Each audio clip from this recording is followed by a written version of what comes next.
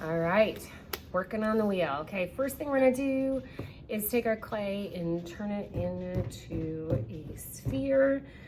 Since we're working on the wheel, we're working on making something that is round. And so we need to start off first with a round object. So I like to kind of pat it on the wheel head and then go ahead and get it round up. You've got your lukewarm water, you've got your tools, you've got your apron on. You're ready to go. Okay, so we want to attach this on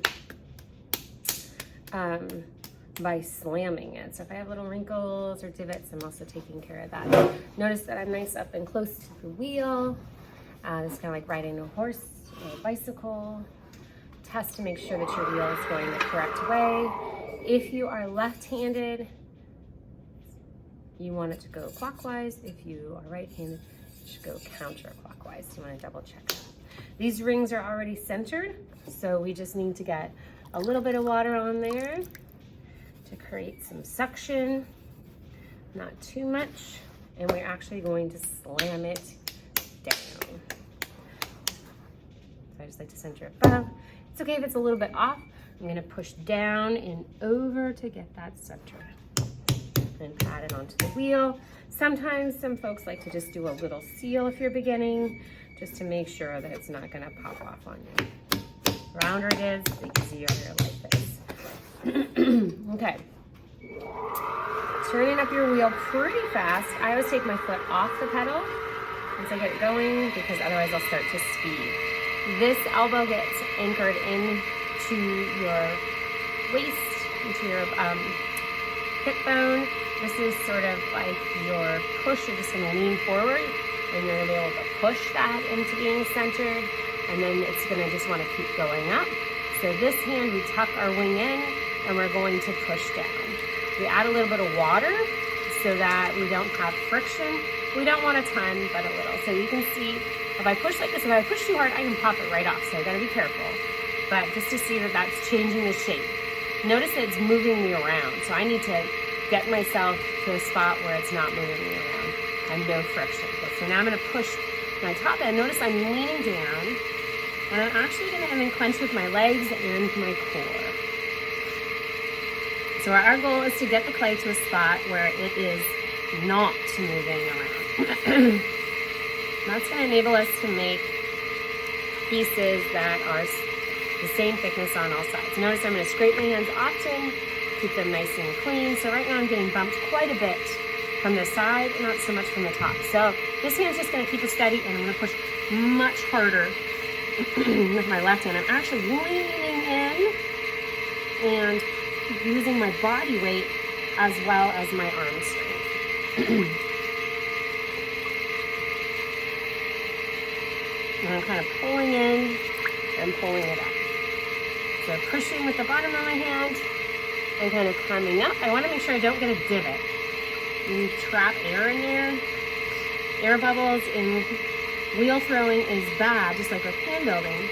The problem with wheel throwing is once you have an air bubble, now you have an area of your wall that is not centered. So centering is not something that I'm expecting you to be a master at the end of this. If you ever get to this point and you're like, I just can't center it, just call me over, I'll come and help you and do that final little push. Some days you can center every piece of clay, and some days are just not your days. Notice I'm keeping my hands very clean because we don't want any of that clay redeposited back onto our piece. So my top is feeling pretty stable, but I notice I'm getting kind of bumped around at the bottom. So I'm just going to push a little bit more, lean into it, try to pull that up to the top.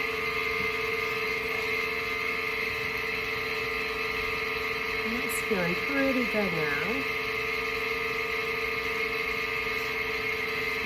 A little bit of a wobble, so I'm just going to try to see if I can get that out, because it'll come back to haunt me.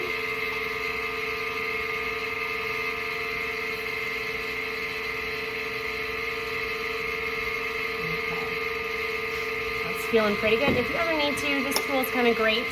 Come in at 5 o'clock, like as if you're on a wheel, on a clock, and just take that extra off. I like to make a little clump of it because it's easier. This will go into the slot bucket. Okay. So that's looking centered. I'm going to go ahead and make the hole. When I make the hole in the walls, I'm going to turn my speed down just a tad. My left hand is nice steady, and I'm going to come in. I used to try to find the center, but found that I was a little bit off. So instead, I'm just kind of coming down right off the center. I'm going to come down, keeping it nice and clean. Any friction, adding a tiny bit of water. I'm going to come down, and ideally, and then I'm going to pinch my fingers together like this to open that up. Okay. Now, ideally, this is kind of a good method. It's like looking at the width of your bowl, your water barrel here. You don't want anything thinner than that. So I'm pinching and opening that up. Let's go ahead and test my depth. So I'm going to pull the moisture out of there. Use my pokey tool. I'm going to slide that down to the wheel head and then slide my finger down to the base of the clay. And now I have a measurement of how thick the bottom is. So since we are going to just be working on wheel throwing and we won't have a chance to what we call trimming or flipping the piece upside down, we just only wanted about 1/2 of an inch.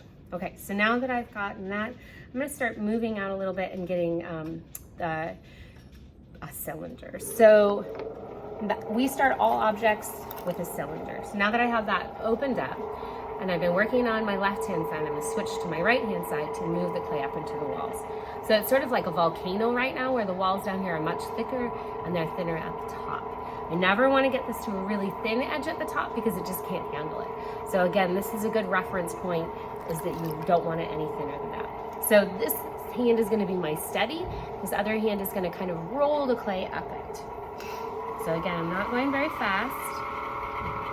I like to use a sponge because I have a tendency to kind of dig in with my fingers.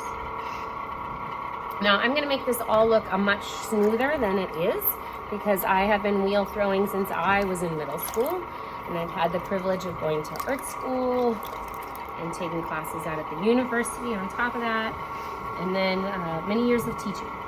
So I want you to know that my hands already know how to do this, and still my hands have to remember how to do it, it feels like, all the time. So wheel throwing looks much easier than it is. And again, you're just getting a chance to kind of see what it's about. Keeping my hands really clean. I don't want to deposit any clay. I'm going to go ahead and open up the bottom so it's a little square on the bottom. I'm going to be careful not to push too hard.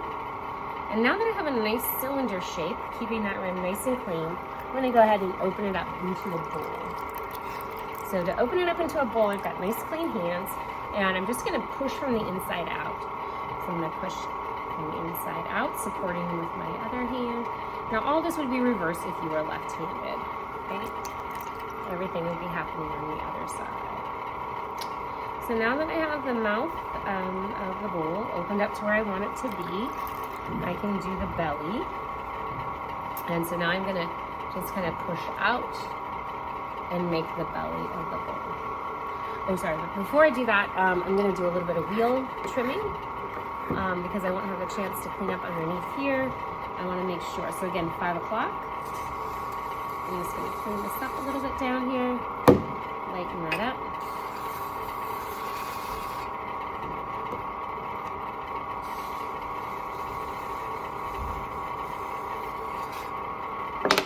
Clean up my sponge again. There we go. Now I'm going to, it's just harder to get to that area once we have done this shape.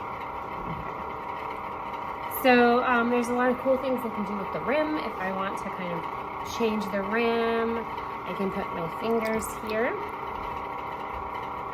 and just kind of push the rim out and change the shape. That's kind of a fun thing to do. If you find that you are having a wobble at the top, and I can assist you with this, you can cut it off.